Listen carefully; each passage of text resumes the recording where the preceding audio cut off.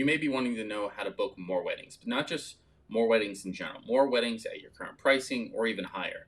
I'm going to go a few ways that allow me to do just that. I have about 43 weddings on the books currently for 2024, so I think I have a pretty good way of how I'm able to do that. So let's just dive in.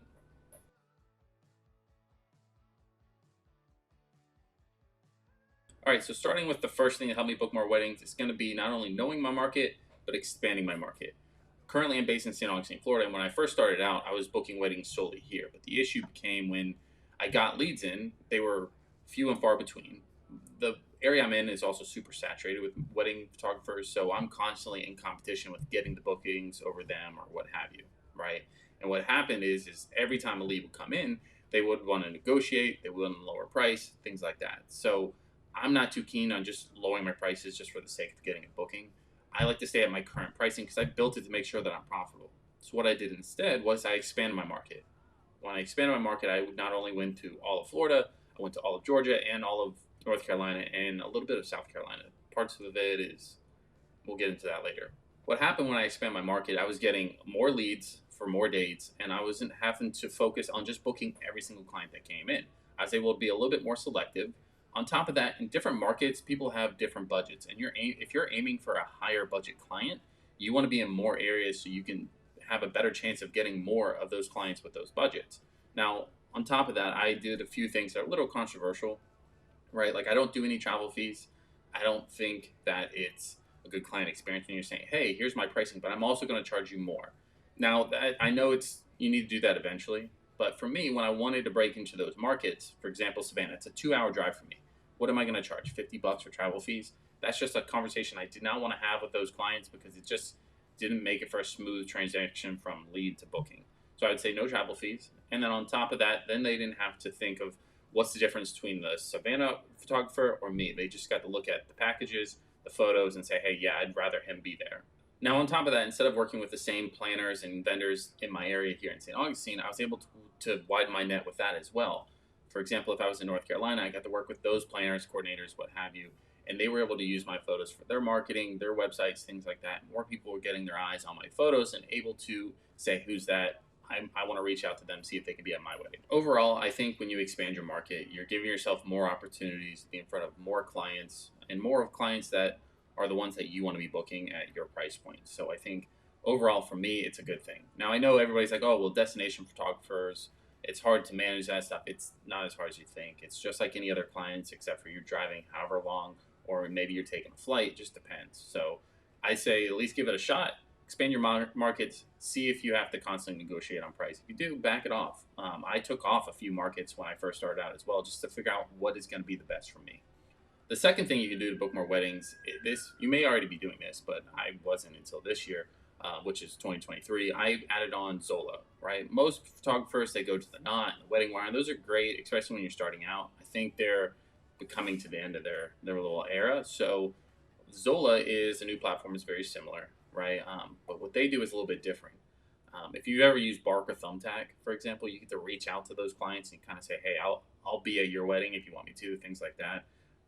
Zola has this new beta feature where you can reach out to clients, send them a quick message, but you can see their budget, you can see their venue, other vendors they book, things like that. And I use that to my advantage because the moment that a Zola inquiry would pop up where clients are looking, I could just send them a quick message. The other factor to that is I'm also responding to my couples super quick and I'm reaching out to them the second they start looking. I'm not waiting days or months in between. I'm trying to be the first one and frankly the only one that they actually talk to when it comes to photography. I think that in itself is where I'm able to kind of separate myself. I know a lot of photographers that won't actually respond to their lead for 24 hours to make it seem like they're busy. I think that's nuts. I want to respond to that lead as quickly as humanly possible so that way they don't even bother looking anywhere else. They don't have to debate if I'm available or not. They're just like, hey, and I'm like, hey. This last piece of advice might be kind of contradicting myself. When it comes to booking weddings, don't be afraid to book that budget wedding or take a pay cut in a sense to book certain weddings. Now, keep in mind, you want to look for the dates that you don't usually book. Don't just take the first lead that comes in for October if they're trying to negotiate super heavy. October, for me at least, is the busiest month of the year, and I think that's for most people. So don't say, hey, I'll do a $500 wedding in October.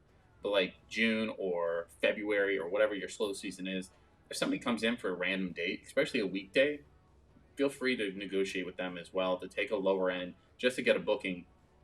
It may turn out to be one of the better weddings you have for the year. Now, the last thing I'm going to leave you with is the one thing that's in my packages that really does separate me from a lot of photographers in the areas that I'm in is going to be the add-ons that I do in my packages. A lot of photographers will do the wedding album or prints and things like that, and those are great, and I definitely think they're necessary in certain circumstances. The one thing that every couple that raves about at the end of the day with me is going to be the Polaroid albums. This is so overpowering. I don't know how to explain it. Every couple that I've given an album to has lost their mind over it. They love Polaroids. I also think that's like one of the new trends that's going on right now that's going on and a lot of people aren't talking about. Polaroids are something that a lot of couples will have on their day where they just shoot their mornings, things like that, but they miss all the important ones. They're just kind of shooting photos like they normally would on their iPhone. But if you can shoot candidly or semi candidly with a Polaroid, for me, I carry a Polaroid around my neck for the entire wedding. I have a fancy little strap so it doesn't kill my neck, but I carry it around all day and I'm able to just kind of snap random photos here. Let me see if I can get this to focus. Like a Polaroid like this, we're just doing portraits and I pull it up and I just snap a photo real quick. I basically am going to snap photos through the entire day and put it all into a nice little album. Now this overall, Polaroids, album, everything, you're in about $100. If you can't invest $100 into making sure the client is happy, I don't know what we're talking for. $100, I can add it into the package. I can give it to them as a gift at the end.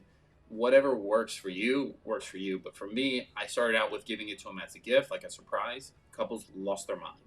When I added it into my packages, though, a lot of couples were reaching out to me just because they saw that in there. They're like, oh, you do Polaroids as well? It's almost like film, but a cheaper version of film. Polaroids are also super easy. It's just point and shoot. You're not doing that much extra work. You're just pulling up the camera, click, boom, put the Polaroid in your pocket, and then you're done. At the end of the night, when you're eating, things like that, you can start kind of organizing them, putting them together in the album, and then delivering it to them right after the sparkler exit or at the end of the night. Every couple that leaves me a review talks about this album. I'm not saying you have to do it. I'm just saying for me, every single one of my couples that leave me a review talk about this album and how much they love it. So for me, having it in my packages has also allowed me to book more clients simply just by having this. So hopefully this helped. If you want to see a comparison between the Knot and Zola, because I do get that question a lot as well, leave a comment down below. But other than that, subscribe, like, do all that jazz, and I will see you guys in the next one. Peace.